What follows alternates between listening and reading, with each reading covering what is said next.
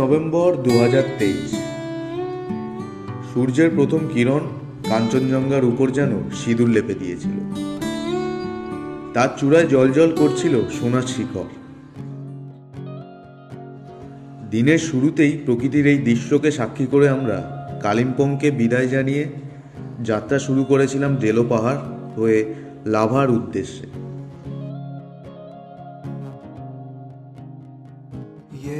কালিম্পং ছাড়িয়ে দুপাশে গাছপালার ছায়ায় ঘেরা পাহাড়ি বাঁকের পথ পেরিয়ে আমরা এগিয়ে চলেছিলাম। পাহাড়ের বাঁকে বাঁকে ধরা দিচ্ছিল নতুন নতুন চমক। রাস্তার ধারে কোথাও ছোট ছোট বাড়ি, কোথাও হোমস্টে, আবার ঝাউ পাইনের জঙ্গল দেখতে দেখতে আমরা ক্রমশ উঠছিলাম উপরের দিকে।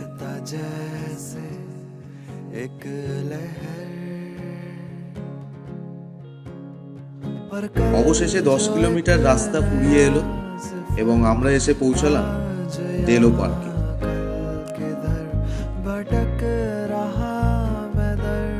এখানে এসেই যেটা সবার প্রথমে চোখে পড়ে সেটা হলো চারিদিকে দিগন্ত জোড়া সবুজ গাছ ও নানান ফুলে ভরা ডেলোর রূপ ছিল অতুলনীয়।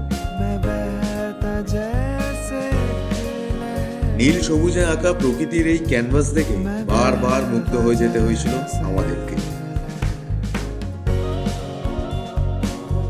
কালিম্পং ও তার চারপাশের পাহাড়ে 360 ভিউ এর জন্য বিখ্যাত এই ডেলো পিক।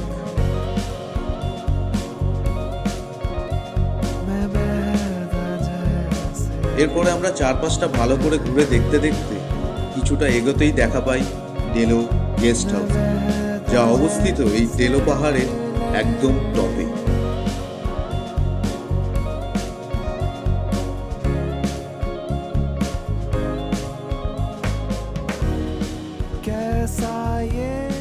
নীল আকাশের সাথে বরফে ঢাকা কাঞ্চনজঙ্ঘার অপূর্ব শোভা ছিল এই ভ্রমণের অন্যতম পাওনা।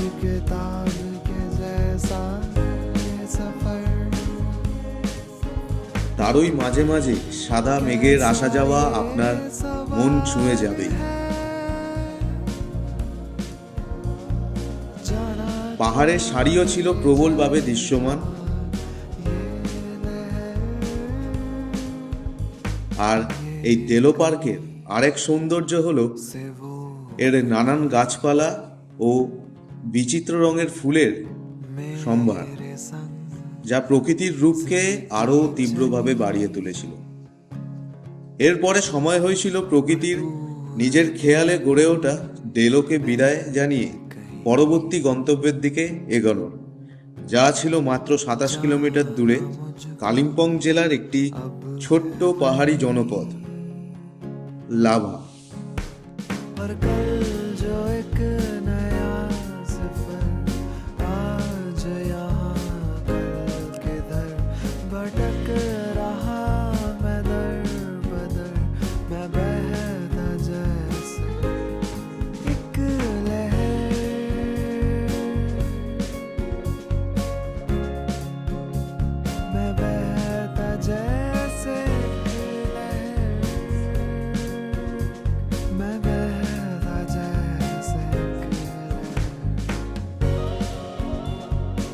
এরপর আমরা ডেলোকে বিদায় জানিয়ে আবারও ভালু মার্গ ধরে এগোতে থাকলাম আমাদের গন্তব্যের দিকে। আর ঠিক কিছুটা এগোতেই এই পথেই দর্শন করে নিয়েছিলাম গুরু রিম্পোচের মূর্তি। স্বচ্ছ নীল আকাশের নিচে যা ছিল অপূর্ব সুন্দর, এবং তারই পাশে একটি ছোট্ট দোকানে অসম্ভব সুন্দর সুস্বাদু মোমো ও চা পেটবন্দি করে আমরা আবারও এগোতে থাকি। দেখতে দেখতে পৌঁছে যাই আলগোড়া বাজার। পাহাড়ের কোলে এরকম ছোট্ট একটি বাজারের মধ্যে দিয়েই এগোতে থাকে আমাদের গাড়ি।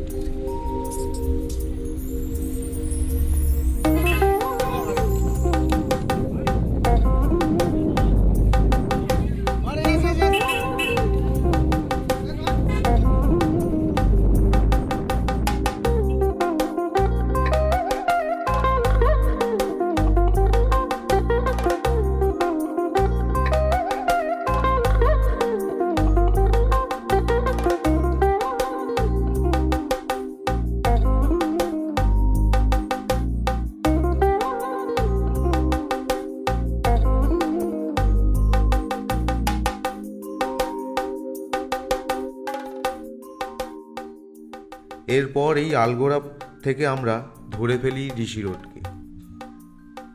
এই পথেই পৌঁছে যাওয়া যায় ঋষভ হয়ে আমাদের গন্তব্য লাভার দিকে।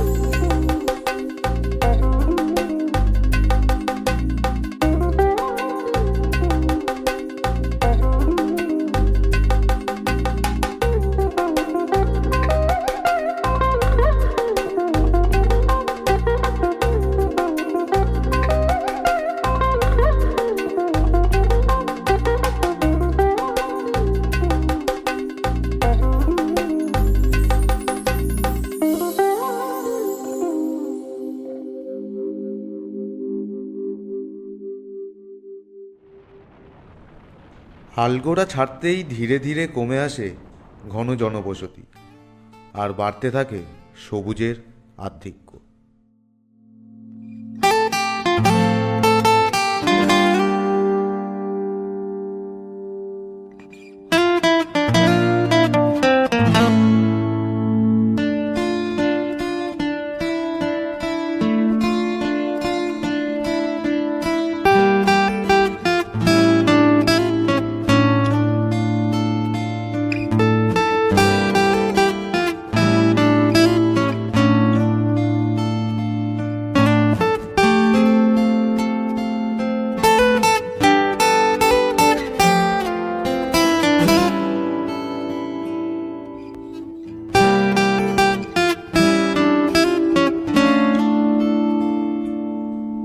ঘন সবুজের বুকে সাপের মতো আঁকাবাঁকা রাস্তায় চলছিল আমাদের গাড়ি।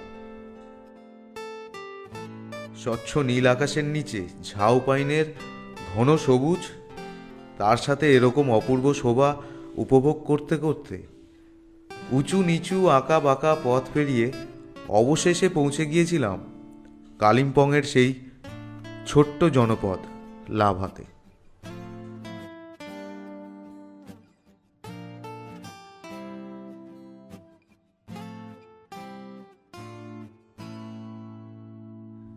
এখানে পৌঁছে প্রথমেই করে নিয়েছিলাম একটি ঘরের ব্যবস্থা, যার লোকেশন শেয়ার করা আছে আমাদের ডেসক্রিপশন বক্সে।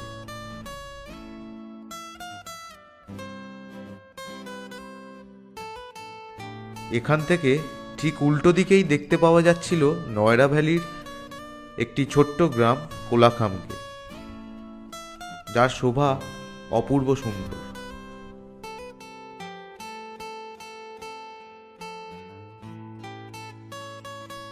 এরপর লাঞ্চ সেরে আমরা আবারও বেরিয়ে পড়েছিলাম পায়ে হেঁটে এই ছোট্ট জনপদটিকে একটু এক্সপ্লোর করতে।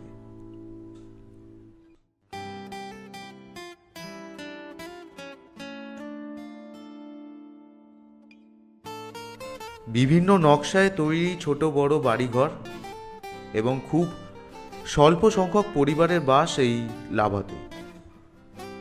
বেশ সুন্দর গুছানো, বিভিন্ন ফুলে ও রঙে ভরা এই জায়গাটি দু একটি রাত কাটানোর জন্য খুবই আদর্শ।